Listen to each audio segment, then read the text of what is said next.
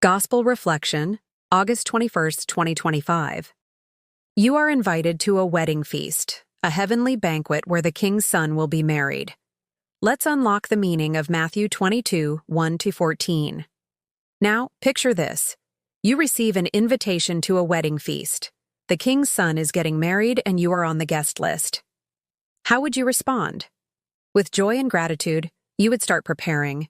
You would select the finest garments for the occasion. And because it's a wedding feast, you wouldn't want to arrive empty-handed.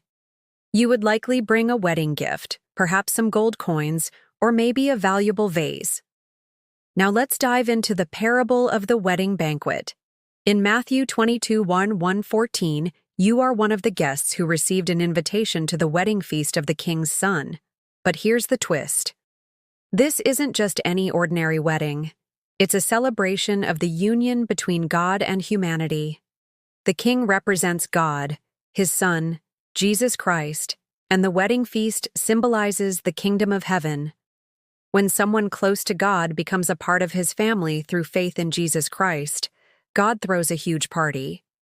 We see this in Luke 15:24, where Jesus says, "For this my son was dead and is alive again. He was lost and is found." And we celebrate and are glad. But there's more to this parable. After receiving the invitation, the people sent back their regrets. They declined the king's invitation for a couple of reasons. They didn't think they were worthy because they were busy with their own projects, their own agendas, or maybe they didn't believe the invitation was sincere. But that didn't stop the king.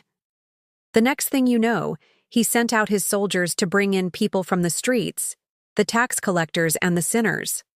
Why? Because God's kingdom is open to all, both the righteous and the sinners, everyone who seeks God and accepts his invitation. But then comes another interesting detail. When the king entered the wedding feast, he noticed a man not dressed in wedding garments. He was only wearing ordinary clothes. Now, you might wonder why this is significant. The wedding garment symbolizes the righteousness that God expects his followers to wear. It's a symbol of our faith and our commitment to him. Think about it. If you were going to meet the king, wouldn't you want to make a good impression? Wouldn't you want to dress appropriately and reflect the values and standards of the kingdom you're entering? God invites us to live lives that reflect his righteousness. He calls us to put on the character of Christ, which includes love, joy, peace, patience, kindness, goodness, faithfulness, gentleness, and self-control. The man without the wedding garment didn't have an excuse. He had received an invitation and chosen not to prepare, to put on the proper attire. He chose to show up in his everyday clothes instead. His lack of preparation was intentional. He didn't care about the king or the wedding feast. He just wanted to go. Friends, let this parable be a reminder.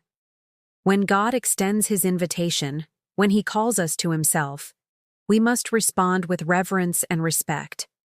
We must take the time to prepare, to put on the wedding garment of Christ, and to bring a wedding gift, which in our case is our love, joy, and peace. As you close this video, ask yourself, am I truly ready for the wedding feast? Am I wearing the wedding garment of Christ? And have I brought a wedding gift to celebrate this joyous occasion? If so, then you are ready to join the heavenly banquet, where the King's Son, Jesus Christ, is waiting to welcome you. Thank you for watching. If you enjoyed this video, don't forget to share and like for more inspirational content. May God bless you, and until next time.